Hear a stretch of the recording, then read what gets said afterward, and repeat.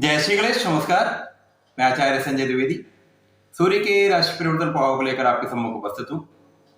17 अक्टूबर को सूर्यदेव अपनी वर्तमान कन्या राशि को छोड़कर अपनी नीच राशि में प्रवेश करेंगे। जब भी कोई ग्रह अपनी नीच राशि में प्रवेश करता है, उसका बल, सामर्थ्य तथा प्रभाव क्षीण हो जाते हैं। सूर्य चूंकि राजा है, आत्मकारक है, मान सम्मान के कारक हैं, यश के कारक हैं, सरकारी तंत्र के कारक हैं तथा पिता के कारक हैं, कॉन्फिडेंस के कारक हैं। तो जब सूर्य अपनी नीच राशि में जाएंगे तो निश्चित रूप से इन समस्त सूर्य के कार्यकत्व में निर्बलता है। सूर्य के इन कार्यकत्वों में निर्बलता है कि समस्त राशियां, समस्त ग्रह इससे प्रभावित होंगे। आज मैं तुला, वृश्चिक तथा धनु राशि पर सूर्य के राशि परिवर्तन का क्या प्रभाव रहने वाला है, कहां पर क्या लाभ मिल सकते हैं तथा कहां पर समस्या आ सकती है, संपूर्ण विश्लेषण में करने जा रहा हूं।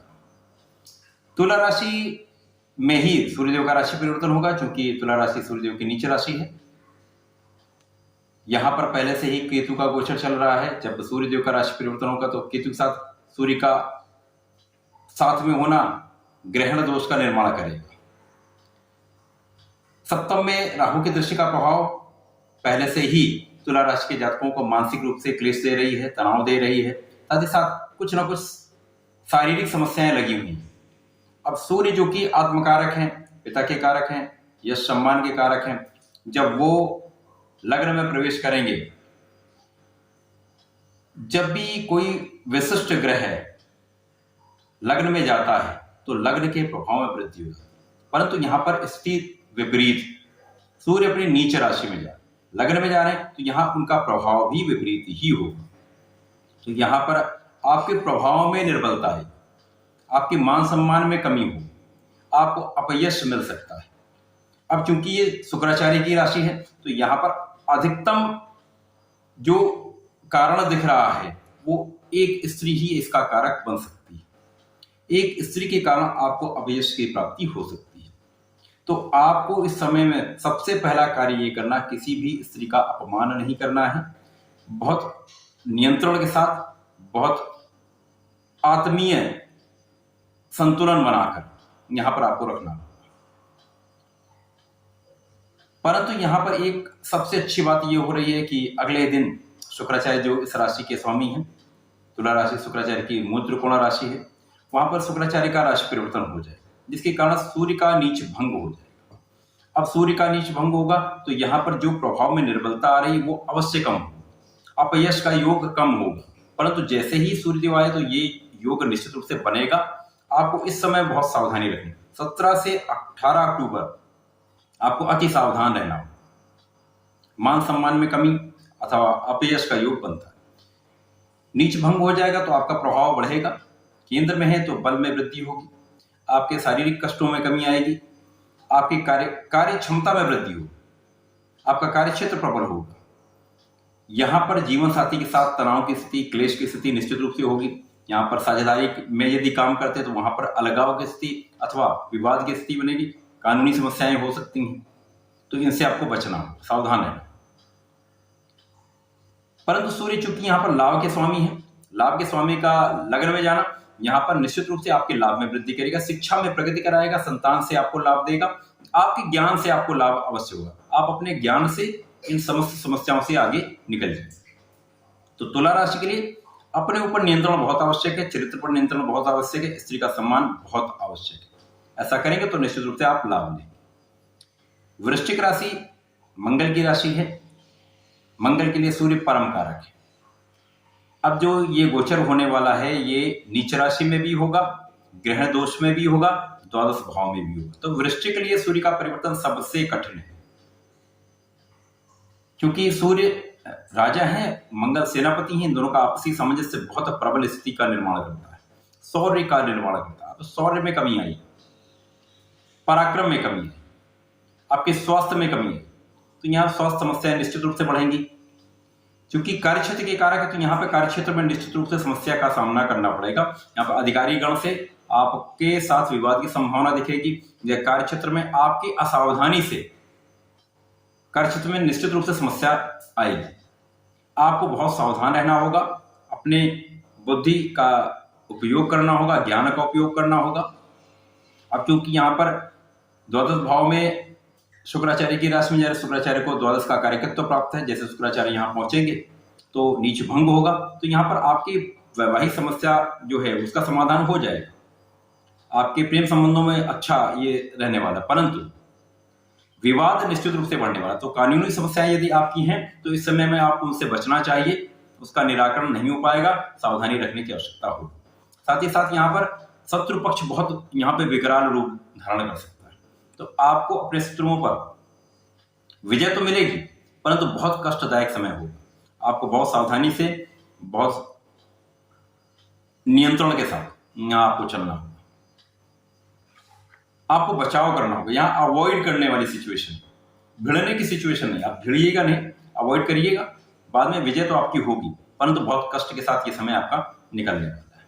यहाँ पर बुध का भी राशि परिवर्तन होगा। बुध आपके लाभ के स्वामी है, लाभ के स्वामी का गोचर जाकर द्वादश में होगा। अब स्थितियां आपके लिए कितनी विपरीत है। लग्न का स्वामी अष्टम भाव में, साथ ही साथ यहां पर जो अष्टम का स्वामी है वो द्वादश में है, लाभ का स्वामी द्वादश में है, कर्म का स्वामी द्वादश में है। तो यहां पर व्यय बहुत आपके बढ़ने वाले हैं। शारीरिक कष्टों के कारण यहां पर आपका व्यय बढ़ेगा, अथवा यहां अनावश्यक व्यय होगा, कानूनी समस्याओं में व्यय होगा। तो वृश्चिक राशि के लिए सूर्य का ये राशि परिवर्तन बिल्कुल भी अच्छा नहीं है, बहुत सावधानी से आपको ये समय निकालना होगा। वृश्चिक राशि चूंकि मंगल की राशि, यहाँ निश्चित रूप से यहाँ आपको श्री शंकर वचन के शरण में रहना चाहिए। इस समय में यदि मंगलवार तथा शनिवार को आप बजरंग बाण का कम से कम 7 बार पाठ करते हैं तो आपके कष्टों का यहाँ पर शमन होगा, आप कष्टों से बाहर निकल जाए। तो ऐसा करें, इसका लाभ लें। अगली राशि धनु राशि है। धनु राशि गुरुदेव बृहस्पति की राशि है। गुरुदेव बृहस्पति इस समय बहुत प्रबल अवस्था में है, जो कि बलदायक है, आपके लिए बहुत क्षमता में वृद्धि करने वाला, आपके सामर्थ्य में वृद्धि करने वाला है।